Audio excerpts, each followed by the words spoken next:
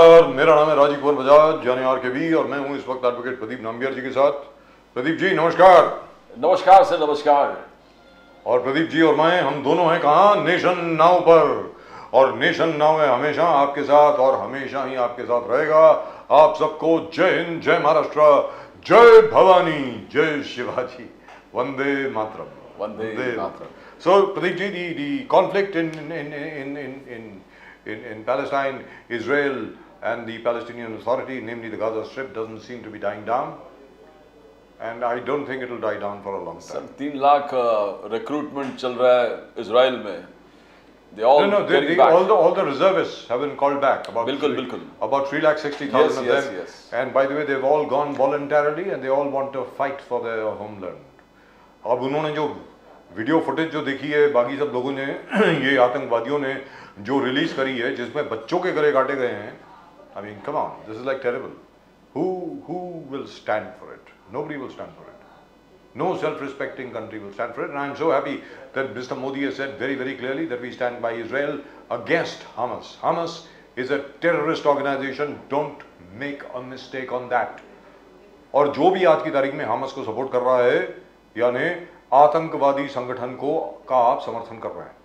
दूसरी एक और चीज हुई है प्रदीप जी, पता नहीं आपको याद है कि नहीं, और एक लतीफ साहब हैं कोई सियालकोट में, बहुत बड़ा कंटोनमेंट है साहब। He was supposed to be the planner and the man who executed the attack on Pathankot. Unidentified gunmen have gone and killed him in Pakistan. The mastermind of Pathankot is no more. Ji, and Mr. what's his name? Hafiz Saeed is in hiding. Underground हो गए वो। His son is LSP killed already and his right hand was also bumped off. That's what. Yes. There's a By rumor. unidentified gunmen. Heroic unidentified gunmen. No more than these chaps deserve. And at the moment with us, our old friend from the Bharatiya Janata Party, Mr. Lakshman Saoji.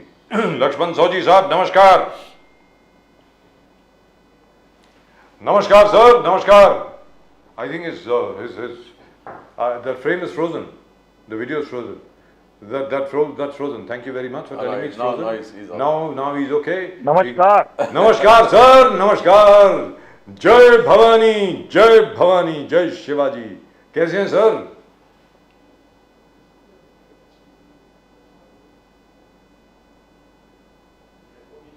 Sir आपको आवाज आ रही है? नमस्कार नमस्कार sir बिल्कुल नमस्कार, आपको आवाज आ रही है जय मेरी? भवानी, जय शिवाजी। Yes. हर हर महादेव। हर हर महादेव, हर हर महादेव। सर आपको मेरी आवाज एकदम जैसी मैं बोलता हूं आ रही है कि जरा डिले से आ रही है? मतलब can you hear me sir? थोड़ा आवाज डिस्टर्ब है आज। थोड़ी आवाज आज डिस्टर्ब है भाई। आवाज डिस्टर्ब है थोड़ा बीच में। जी जी जी। लक्ष्मण साहू साहब आपसे सवाल। अभी आइए। आपसे सवाल। बीच में आवाज क्लियर नहीं है। Can we correct that please? Can we please correct it? आवाज क्लियर। जी समझ गया सर। अभी मैं इनको बोलता हूं कि जरा क्लियर करें इसको, जितना जल्दी कर सकते हैं करें। सर मैं चाहूंगा कि आप बताएं कि जिस प्रकार मोदी जी ने इजराइल का समर्थन किया हामस के खिलाफ, ये कहा कि भारत इजराइल के साथ खड़ा है, उस विषय के बारे में जरा बताएं सर लक्ष्मण साहू साहब।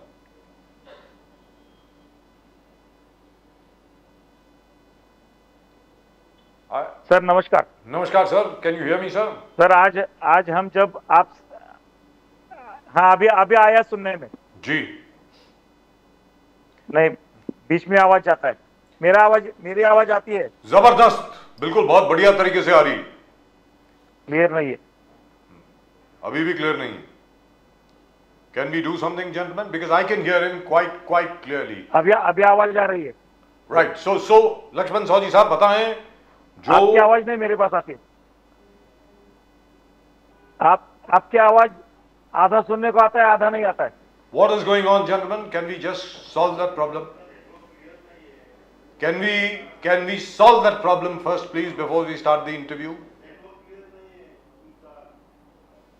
Can we please start the interview after we have solved this problem. Thank you. Thank you so much. No, this is very and truly irritating. After a long time, we had Mr. Lakshman Saoji, and now we can't hear him. It's kind of terrible, absolutely terrible.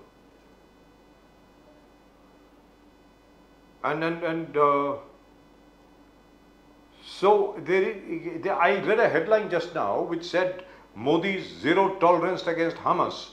Why is the S not there, please? It's Hamas, not Hama.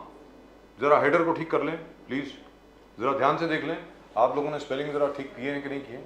But Pradeep ji, the fact remains, this is really and truly absolutely completely disgusting. Now forget about AMU, forget about the fact that these students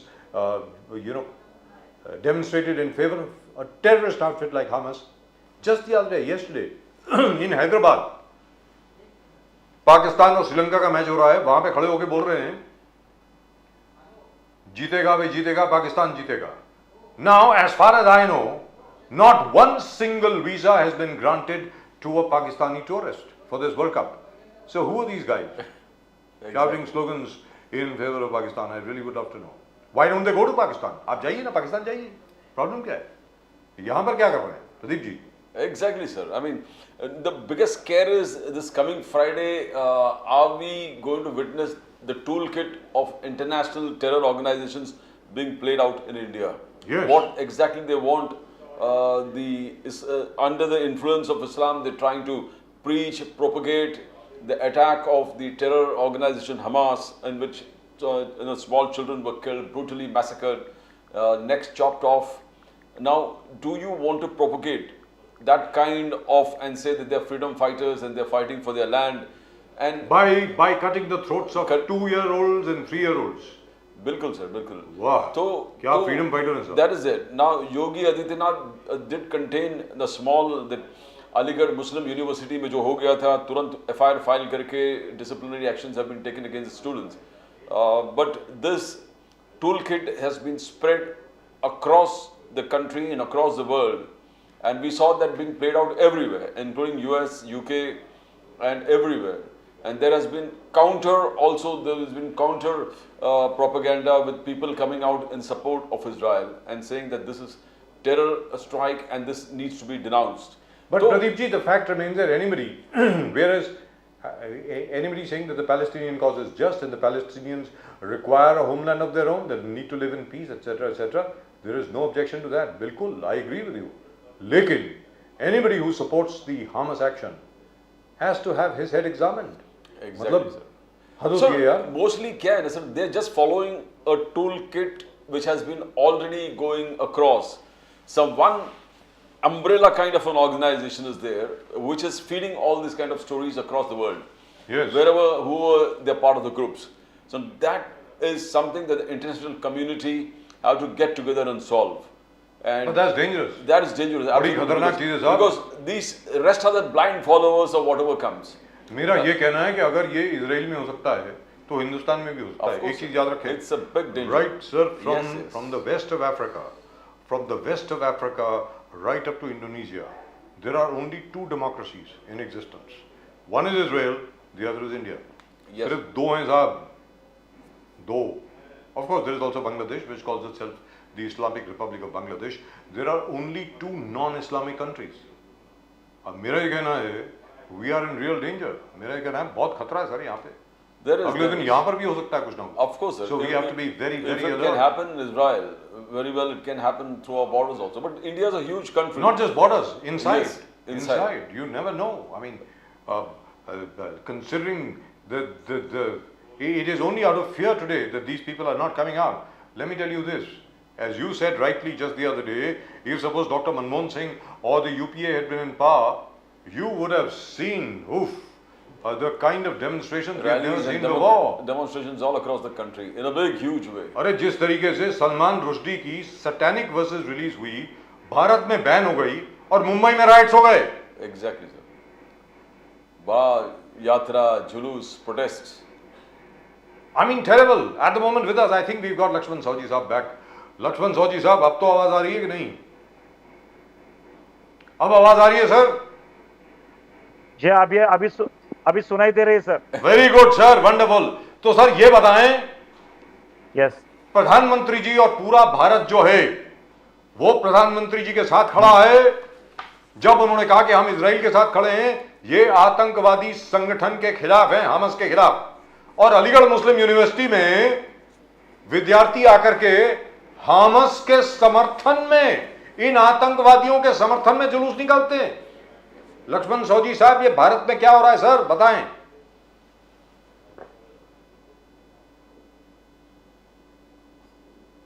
sir, मैं आपसे जब बहुत दिन से बाद आज बात कर रहा हूं जी, जिस दिन हम आपसे बात कर रहे हैं, आज का दिन की जो विशेषता है, इससे मैं शुरुआत करना चाहूंगा। बोलिए सर।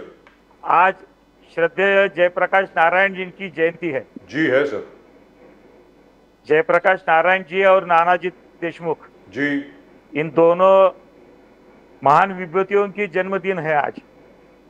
और इनके नाम के साथ कुछ अपने भारत के लोकशाही का कुछ इतिहास बहुत गहराई से जुड़ा हुआ है। जी आपातकाल में दरमियान जो एक मूवमेंट बड़ी चली थी, जैसे 1947 की स्वतंत्रता की लड़ाई थी, तो ये डेमोक्रेसी के लिए स्वतंत्रता के बाद सबसे बड़ी लड़ाई है डेमोक्रेसी के खिलाफ जब 1975 में हुई थी। वहां उस वक्त जो ऐलान किया था जयप्रकाश नारायण जी ने जी और युवकों का आह्वान किया था, और वो जो उस समय की जो यादगार है वो आज भूल नहीं सकते हम 11 अक्टूबर को। और उस समय हम भारतीय राजनीति के बारे में, भारतीय परराष्ट्र नीति के बारे में, ये अभी जो युद्ध की परिस्थिति है, जिस हमने जो मूवमेंट लिया है, तो ये मूवमेंट की जो बीजारोपण है राष्ट्रीयता का, वो उस मूवमेंट में है। इसलिए उनको भावभीनी श्रद्धांजलि अर्पण करके, उनको स्मृति के अभिवादन करके मैं आपके साथ इसके बारे में बात करूंगा। क्योंकि उन्होंने एक युवा दल जो भी राजनीति में सक्रिय हो गए, तो इनके आह्वान से सक्रिय हो गए थे। जो स्वतंत्रता के बाद जो राजनीति में लोग युवा थे, वो जब उनकी उम्र बढ़ गई थी और नए युवाओं को जो आह्वान किया था जयप्रकाश जी ने जी, और समग्र युवकों की क्रांति जब डेमोक्रेसी के मूवमेंट में शुरू कर दी थी, तो उसकी यादगार आज होती है। और आज इसका जो सामना भारत जो करने जा रहा है, तो भारत बदलने के लिए जब अच्छी पहली शुरुआत हुई, तो 1975 में इमरजेंसी के आपातकाल के खिलाफ जब लड़ाई शुरू हुई, उसमें इसका बीजारोपण है, ऐसा मुझे लगता है। जी क्योंकि राष्ट्रीय विचारधारा की सरकार आना यहां जरूरी था, और राष्ट्रीय विचारधारा की सरकार जब आज मजबूती से खड़ी है, तो हम सीना तान के हम कह सकते हैं कि हम इस्राएल के साथ है। नहीं तो उस समय और उसके बाद भी जब ये मूवमेंट थोड़ी सी लूज हो गई थी, तो उस वक्त के प्रधानमंत्री श्रीमती इंदिरा जी और बाद में राजीव जी, इन्होंने यासर अराफत को जो बढ़ावा दिया था, पैलेस्टीनी मूवमेंट को जो बढ़ावा दिया था, ये बहुत गलत तरीके से हमारी इमेज हो गई थी। और आतंकवाद को बढ़ावा देने वाली सरकार और आतंकवाद के खिलाफ लड़ने वाली सरकार, ये दोनों 180 डिग्री में, दोनों सरकारों में, दोनों लीडरशिप में फर्क है। और आज की लीडरशिप आतंकवाद के खिलाफ लड़ने के लिए जो स्ट्रांग है, वो नरेंद्र जी मोदी है। और इसलिए आज हम ये युद्ध शुरू होने के बाद पूरे भारत के लोगों का जो जनमानस है, उसमें जो प्रतीत हुआ है, और फिर प्रधानमंत्री जी ने बोला है कि हम इस्राएल के साथ खड़े हुए, हम आतंकवाद के खिलाफ है। जी हम किसी के साथ क्यों है और किसी के खिलाफ क्यों है, इसका मेन कंटेंट क्या है? तो हम आतंकवाद के खिलाफ है, और आतंकवाद के कारण हमारी जो क्षति हुई है, जो हमारा नुकसान हुआ है, ये भारतीय जो जनमानस है ये कभी भूल नहीं पाएगा। हमारा बहुत बड़ा नुकसान हुआ है, हमारे पीढ़ियों का नुकसान हुआ है, और आगे जाकर हम उसका मुकाबला करने के लिए हम अभी तैयार हुए हैं। तो हम आतंकवाद के खिलाफ ही लड़ेंगे। आतंकवाद के खिलाफ दुनिया के बहुत सारे देशों को एक साथ में खड़ा करने का, और आतंकवाद क्या है ये बहुत स्पष्ट रूप से सामने लाने का काम जो प्रधानमंत्री मोदी जी ने जो किया है, और उसके लिए वो भारत की जो प्रतिमा बन गई है। हमारी ये दुर्भाग्यता है कि हमारे में कुछ विरोधी दल में कुछ भी वो भी नीति के लोग हैं कि उनको आतंकवाद का समर्थन करने में रुचि है। ये कोई सही बात नहीं है। और हमेशा वोट बैंक, हमेशा चुनाव इस तरफ देख के स्वार्थ की राजनीति, अवसरवादी राजनीति करने के लिए या ऐसे जब स्टेटमेंट लेते हैं, ऐसे जब बाजू लेते हैं विरोधी दल वाले, तो ये हमको बहुत भारी आगे भी इसका नुकसान भुगतना पड़ेगा और इसके लिए हमको तैयार भी रहना पड़ेगा। लेकिन आज का भारत जो आतंकवाद के खिलाफ लड़ने के लिए तैयार है, जो पिछले 10 सालों में जिस तरीके से हर एक क्षेत्र में जो आगे हम गए और आतंकवाद का मुकाबला करने में हम सफल रहे हैं, मुझे एक इसमें बहुत बुरा लगता है कि जब आतंकवादियों का हमला हमारे भारत में हुआ, जब ये लोग इनके मुलाकात, इनके बयान नहीं देते थे 26/11 के बारे में, 26/11 के बारे में, जब हमारे यहाँ हमला हुआ था पाकिस्तान का, तो ये लोग इतने जोर से बाहर आए नहीं थे वक्तव्य देने के लिए, इतना वहां पैलेस्टाइन और इसराइल के बारे में आगे आए हैं बोलने के लिए। ये भी एक हमारे लिए सोचने की चिंतनीय बात है। लेकिन हमारे प्रधानमंत्री आज की सरकार और आज की राष्ट्रीयता की हमारी जो नीति है, यह आतंकवाद के खिलाफ लड़ने की है। इसलिए हमने बहुत जोर से पहले कह दिया, हम इसराइल के साथ खड़े हैं, हम आतंकवाद के खिलाफ हैं। लक्ष्मण साहू साहब, आपने मेरे गुरुजी नानाजी देशमुख की बात की, इसके लिए जी हाँ, आपको बहुत बहुत धन्यवाद। नानाजी देशमुख के साथ मैंने गोंडा में बहुत काम किया। गॉइटर बेल्ट जिसको कहा जाता है, आयोडीन डेफिशिएंसी वहां पर बहुत ज्यादा थी, वहां पर हम लोगों ने बहुत काम किया उनके साथ, उनके नेतृत्व में। और मैं याद दिलाना चाहूंगा हमारे दर्शकों को नानाजी देशमुख का नारा, आपको तो याद होगा लक्ष्मण साहू जी, साहेब जी, हर हाथ को देंगे काम, हर खेत में देंगे पानी, ये नानाजी देशमुख का नारा था जी। और भारत रत्न थे नानाजी देशमुख। और मुझे लगता है कि इतिहास को जो उनको क्रेडिट देना चाहिए था अभी तक, वो पूरी तरह नहीं मिला है। मिलेगा जरूर, आगे जाके मिलेगा। अब तो खैर मैं तो ये भी कह सकता हूं कि मेरी दाढ़ी भी अब नानाजी देशमुख की तरह हो गई है। लेकिन लक्ष्मण साहू जी साहब, जो नहीं साहब, नानाजी देशमुख की जो उनकी जो भूमिका थी राजनीति में, उन्होंने बहुत स्पष्ट रूप से कहा था, आप किस तरीके से उनको न्याय या क्या उनका ये नहीं हुआ बोल रहे, मुझे समझ में नहीं आया। लेकिन जब भी मोरारजी देसाई का गवर्नमेंट हुआ था जी, तो उन्होंने उनको मंत्रिमंडल में आने के लिए निमंत्रण दिया था, तो उन्होंने बोला मेरा संगठन ये मेरा काम है, राजनीति ये मेरा काम नहीं, मैं समाज सेवा करना चाहता हूं। और उन्होंने मंत्री पद को ठुकरा दिया था मोरारजी के मंत्रिमंडल में। Correct, absolutely true. तो उनकी छवि और उनकी मानसिकता और उनका जो सम्मान हमारे दिमाग में, दिल में है, पूरे परिवार में, ये हम कभी उसको भूल नहीं सकते जी। भारत रत्न, भारत रत्न नानाजी, भारत रत्न नानाजी जी, दुरुस्त बात। And he is one person who has earned it. Pradeep ji, बिल्कुल, नानाजी देशमुख अर्नड इट, सीधी बात है। And he was not detached, absolutely detached. लेकिन लक्ष्मण साहू जी साहब, आप ये तो बता दें, जैसा आपने कहा, एक बहुत जबरदस्त पॉइंट रेज किया है अभी लक्ष्मण साहू जी साहब ने, इसके लिए आपको बहुत बहुत धन्यवाद सर। ये कहा है प्रदीप जी, सुनने वाली बात है, आप शायद मिस कर गए। 26/11 का जब हमला हुआ मुंबई पर, तब अलीगढ़ मुस्लिम यूनिवर्सिटी में डेमोन्स्ट्रेशन नहीं हुआ, पाकिस्तान के खिलाफ कोई झंडा लेकर के नहीं आया। अरे फिलिस्तीन में लड़ाई हो गई तो आप लोग घर के बाहर निकल आए। ये क्या, ये कैसी मानसिकता है? इसके बारे में जरा बताएं लक्ष्मण साहू जी साहब, ये क्या मानसिकता है? मेरी समझ के बाहर है। खाते भारत का हो, प्रशंसा उधर की करते हो सर। हाँ, इस विषय के बारे में बताएं सर, ऐसा क्यों है?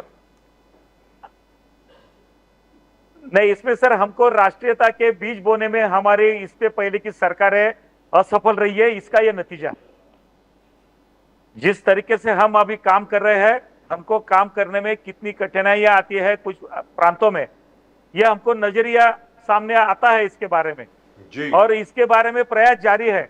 हमको राष्ट्रीयता के स्वर जहां जहां अभी भी गूंजने बाकी है, जहां जहां पहुंचने बाकी है, उनके दिलो दिमाग से अराष्ट्रीयता की बात निकलनी जरूरी है। और ये अभी सामने आ रहे हैं, लेकिन ये जो सामने आ रहे हैं, ये जो है, ये उनके निजी स्वार्थ के लिए कोई एक अवसरवादी वोट बैंक के कारण ये सब नाटक चल रहे हैं इनके।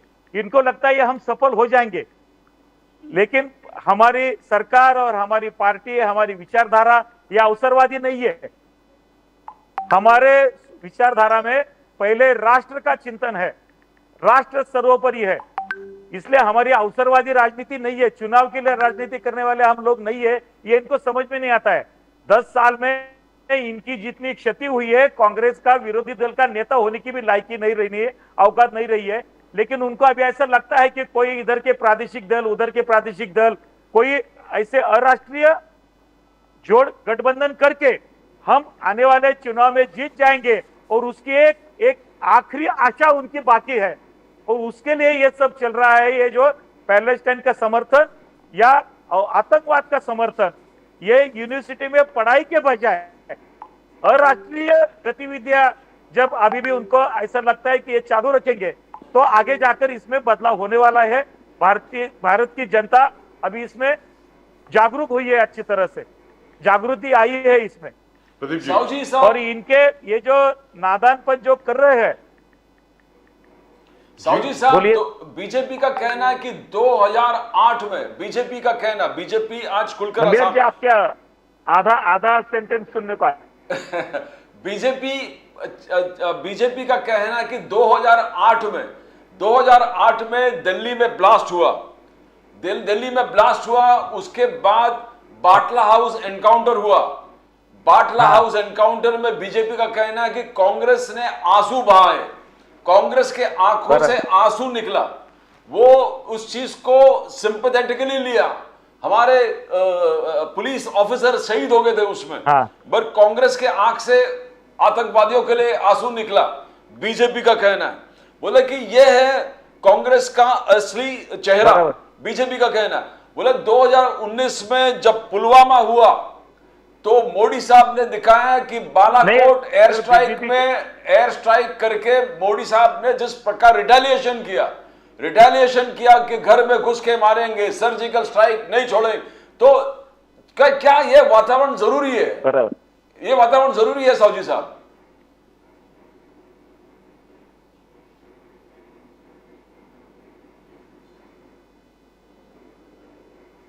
साहू जी साहब बताएं। साहू जी साहब, I don't think you can hear अस। नहीं साहब, अभी बात ऐसी है कि हमने तो जी बताएं सर, बोलिए। थोड़ा सा प्रॉब्लम आ नहीं, बोलिए, सुनाई दे रहे। मेरी बात सुनने को आ रही है? बहुत बढ़िया तरीके से बोलिए सर। बात ऐसी है सर, जब हमारी राजनीति जिस तरह से चल रही है, आदरणीय मोदी जी के नेतृत्व में भारत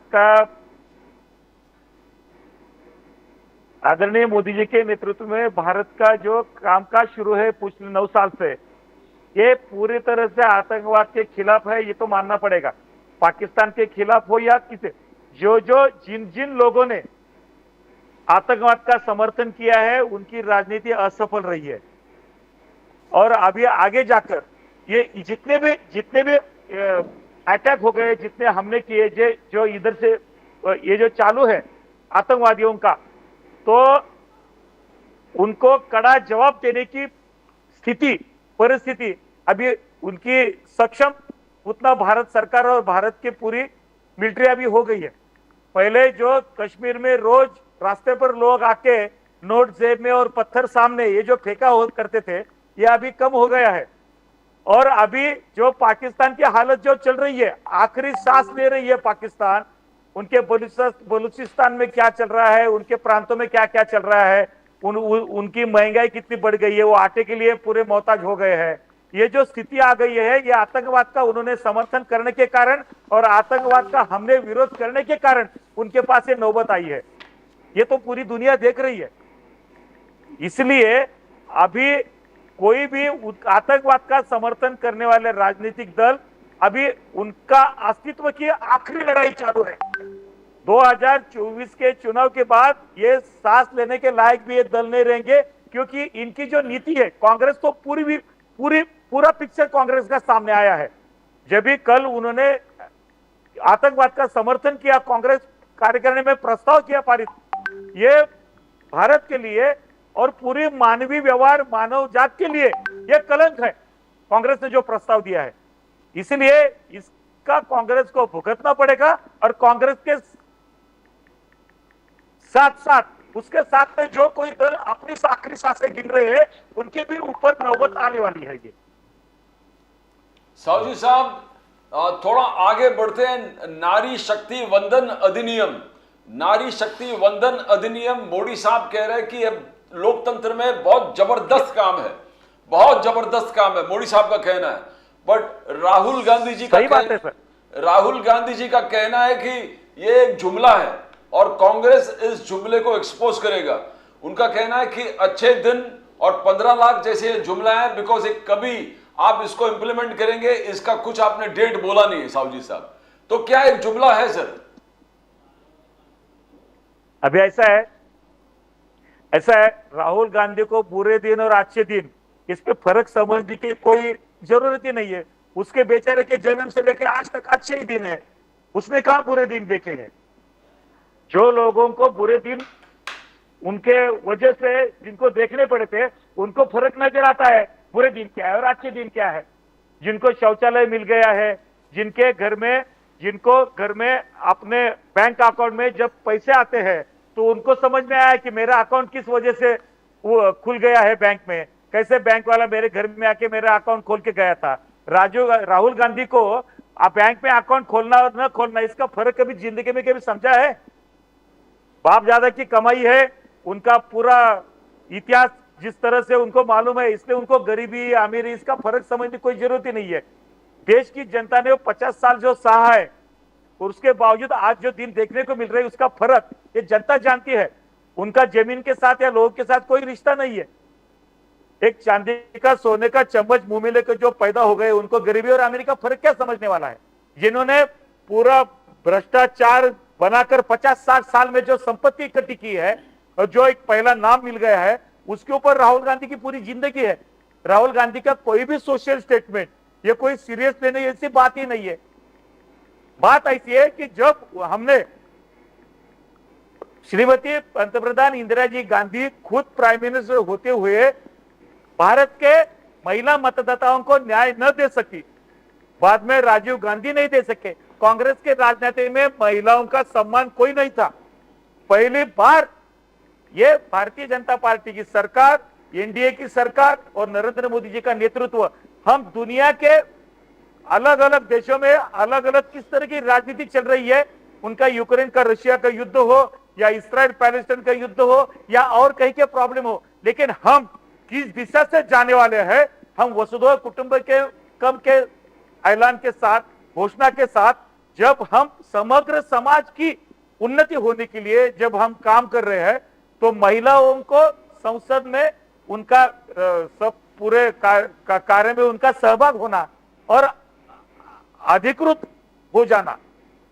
इसलिए ये जो अभी किया है नारी वंदन, ये बहुत हिस्टोरिकल घटना है, ऐतिहासिक घटना है राजनीति में भारत के और दुनिया को भी। हमने जब दुनिया में जिस देशों को पहले स्वतंत्रता मिली उन्होंने महिलाओं के मतदान के बारे में सोचा नहीं था, उन्होंने मतदान लेडीज के नेतृत्व के बारे में जितना नहीं सोचा था उसके कई गुना ज्यादा हम नारी सम्मान के बारे में भारतीय लोकतंत्र में हम सोच रहे हैं और ये हमारे कार्यकाल में होने रहा है। इसलिए ये विरोधी दल को, उनको तो सत्ता कभी मिलने वाली है ही नहीं अभी, और उनको तो सिर्फ उसको विरोध करना, जीवित रहना है, अस्तित्व रखना है। इसलिए जो आज की गवर्नमेंट जो कुछ काम कर रही है उसके खिलाफ कुछ ना कुछ स्टेटमेंट देना। पाकिस्तान के ऊपर हमला किया तो बोलते सबूत बताओ, यहां कोई कानून लाना हो तो राम मंदिर के लिए जो 30 के ऊपर जो वकील लगाए थे वो राम मंदिर काल्पनिक है, राम ये बोलने के जो कांग्रेस थी वो अभी तिलक लगा के मंदिर में घूमने जा रही है। तो इसलिए ये पूरी भारतीय जनता, भारतीय मतदाता, भारतीय सब प्रजासत्ताक जो लोग हैं ये सब अभी जानते हैं, लोग अभी होशियार हुए हैं। अभी जो टीनेजर्स में नए मतदाता जो बन रहे हैं 18 से 25 के बीच में, उनके दिमाग में आगे की जो डिजिटल इंडिया जो चालू है, आत्मनिर्भर जो भारत के बारे में चालू है, जो दूसरे देशों में भारत की प्रतिमा, भारत के लिए क्या हो रही है, इसके बारे में सोच चालू है। उनके लिए इंडस्ट्री के बारे में चालू है, शिक्षा नीति के बारे में चालू है, हेल्थ में क्या क्या काम हो रहे हैं, जो इंफ्रास्ट्रक्चर जो बढ़ रहा है भारत भर में पूरी तरह से, इसके बारे में अभी जो नए मतदाताओं के सामने जो पिक्चर आ रहा है ना, तो इनकी पुराने राजनीति चाले विरोधी दल की, ये सब असफल होने वाली है, चाहे इन्होंने कोई भी स्टेटमेंट करने दो। एक वर्ड जो कर्जा था कांग्रेस ने लिया हुआ, अगर वो कर्जा है तो हर एक के ऊपर कितना कर्जा आ सकता है, ये हिसाब से जो एक गणित लगाया था, तो उसका विपर्यास करके ये 15 लाख की बात हमेशा बोलते हैं। अगर ये 15 लाख के मुद्दे पे अगर ये कोर्ट में जाएंगे तो फिर ये मुंह पे पड़ेंगे, इनको फिर जुर्माना होगा और फिर ये बंद करेंगे, क्योंकि इन्होंने जो स्लोगन का विपर्यास किया और जहां जहां कोर्ट में गए तो यहाँ कोर्ट में उधर इनकी मानहानि हुई और इनको माफी मांगनी पड़ी। ऐसा होने वाला है आगे जाकर। राहुल गांधी जी, साहू जी साहब, राहुल गांधी जी आगे जाके बोलते कि जातीय जनगणना की अब तक आवश्यकता है, हमारे सरकार, हम लोग सरकार बनाएंगे तो सबसे पहला हम लोग जातीय जनगणना कराएंगे पूरे देश में। बिहार में कहते हैं कि ओबीसी, एसटी सब मिला के 84% है। साहू जी साहब बोल रहे कि सोशल एम्पावरमेंट हुआ नहीं, ओबीसी को अपना हक नहीं मिला है, अब ओबीसी को अपना हक दिलाना पड़ेगा। तो राहुल गांधी जी जातीय जनगणना को बहुत प्रेशराइज कर रहे हैं और बोले मोदी साहब इसको इंप्लीमेंट नहीं करना चाहते, मोदी साहब भाग रहे, उनका कहना है राहुल गांधी जी का। अभी बात ऐसे, मैं फिर बात दोहरानी पड़ेगी। राहुल गांधी जो बोलते हैं उनका कोई ग्राउंड रियलिटी है और उनका कोई स्टडी नहीं है, उनके हाथ में जो कागज देता है बेचारा पढ़ता है, लेकिन इनकी सोच इतनी संकुचित हुई है। एक देखो, सोशल इंजीनियरिंग में जो मागास वर्ग के साथ जो जुड़े हैं, जिनका विकास नहीं है, जिनके पास विकास पहुंचा नहीं है, उनका विकास होने के लिए ये हमारी सरकार कटिबद्ध है। एक बात, इसके लिए बहुत सारे प्रयास किए, क्योंकि आम जनता जो आर्थिक दुर्बल लोग हैं वो विकास के प्रक्रिया में आने के लिए क्या क्या करना चाहिए, ये सुविधाएं हमने दी है, इन्होंने कभी कुछ किया नहीं है। और बात ऐसी कि जो ओबीसी आयोग का निर्माण किसने किया था? देखिए, अटल जी के प्रधानमंत्री के कार्यकाल में जो भी बातें हुई, ये हमारा सरकार का बीजारोपण वही हुआ था। एक दो बातें मैं बोलता हूं, क्योंकि अल्पसंख्यक हो, ओबीसी हो, एससी हो, ये पिछड़े वर्गों के लिए उनको विकास की प्रक्रिया में, अंत्योदय होने में प्रक्रिया में उनको लाने के लिए जो प्रयास करने चाहिए, वो सभी प्रयास अटल जी के गवर्नमेंट में हुए और बाद में अब ये हमारे मोदी जी के गवर्नमेंट में हो रही है। ये तो मानना पड़ेगा, सब तरीके से, सब तरह से।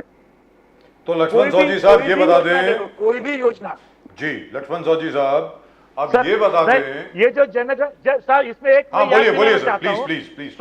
सोशल इंजीनियरिंग के बारे में जो राहुल जी बोल रहे हैं ना, राहुल जी ने थोड़ी भी स्टडी इंदिरा जी के बारे में भी किया ना, तो कम से कम उनको थोड़ा बहुत 10% 2% अकल आ जाएगा, ऐसा मेरे को लगता है। इंदिरा जी के एक स्टेटमेंट में ऐसा दिया था कि ये जातिवाद के आधार पर, जातिवाद ये लफ्ज सही नहीं है, जातिवाद के आधार पर हमको राजनीति परवड़ने वाली नहीं है। ऐसा एक तरफ से इंदिरा जी की सोच। उस वक्त क्या हुआ था, नेहरू जी का स्वतंत्रता का आंदोलन, नेहरू जी का कार्यकाल, इंदिरा जी की उस समय की राजनीति की ये जो दीर्घ कालावधि हुआ था, उसके 30-40 साल के बाद इंदिरा जी ने एक स्टेटमेंट किया था कि ये जातिवाद वर्ड जाना चाहिए और जातिवाद के जा पर हमारा कोई भला होने वाला नहीं है। लेकिन उनकी उस वक्त की सोच जी थी, वो किस कारण थी, क्या थी, वो और अलग बात है, अभी वो नहीं रही है। लेकिन फिर भी अगर इंदिरा जी वो ये बात कहती थी और राहुल गांधी अभी ये बात कहते हैं, तो दोनों गांधी में 30-40 साल में कितना अंतर आया है भारतीय राजनीति के बारे में, कांग्रेस के बारे में, दुनिया के बारे में और मैच्योरिटी के बारे में। इसका एक आईना है, ऐसा मुझे लगता है। लक्ष्मण साहू जी साहब चलते चलते ये तो बता दें, 5 राज्यों में चुनाव होने वाले हैं नवंबर में, 3 दिसंबर को रिजल्ट आ जाएंगे। अब वो रिजल्ट क्या होंगे वो भी बता दीजिए लक्ष्मण साहू जी साहब। बात ऐसा, मैं कार्यकर्ता हूं, पार्टी का प्रवक्ता हूं, और ऐसे अभी जो माहौल बन रहा है, जो पब्लिक का माहौल है, मतदाता का माहौल है और राजनीतिक दलों का जो माहौल है ये अलग अलग है। ये हमारे जो प्रयास है, हमने जो काम किया है, एक दोपहर को व्हाट्सएप पे एक मतदाता ने एक मैसेज भेजा है, ये मैं उसकी उस दिशा से जाने के लिए वो अपने को मदद कर सकता है कि मतदान चाहे कितने भी चरणों में हो, तारीख जो है, दिन जो है, मतदान की जी जी, I think we lost the audio, we lost Laxman सौजी साहब audio, can't hear him. Sir दोबारा बोलें सर, आपका ऑडियो नहीं आ रहा है। लक्ष्मण सौजी साहब दोबारा बोलिए अभी जो आपने बोला।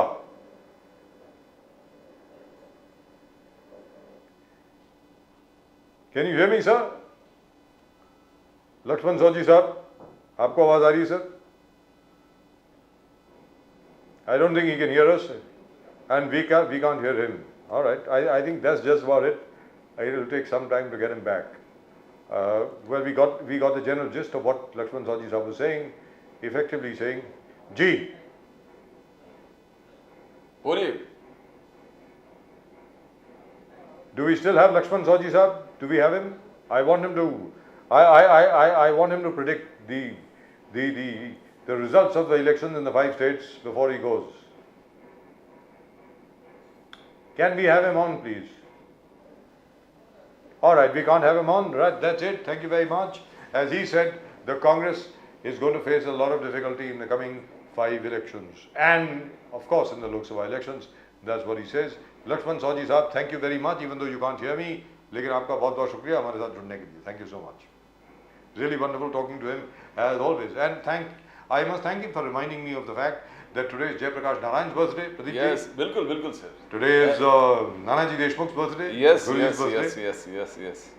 And today is also Amitabh Bachchan's birthday. By the way. So all stalwarts.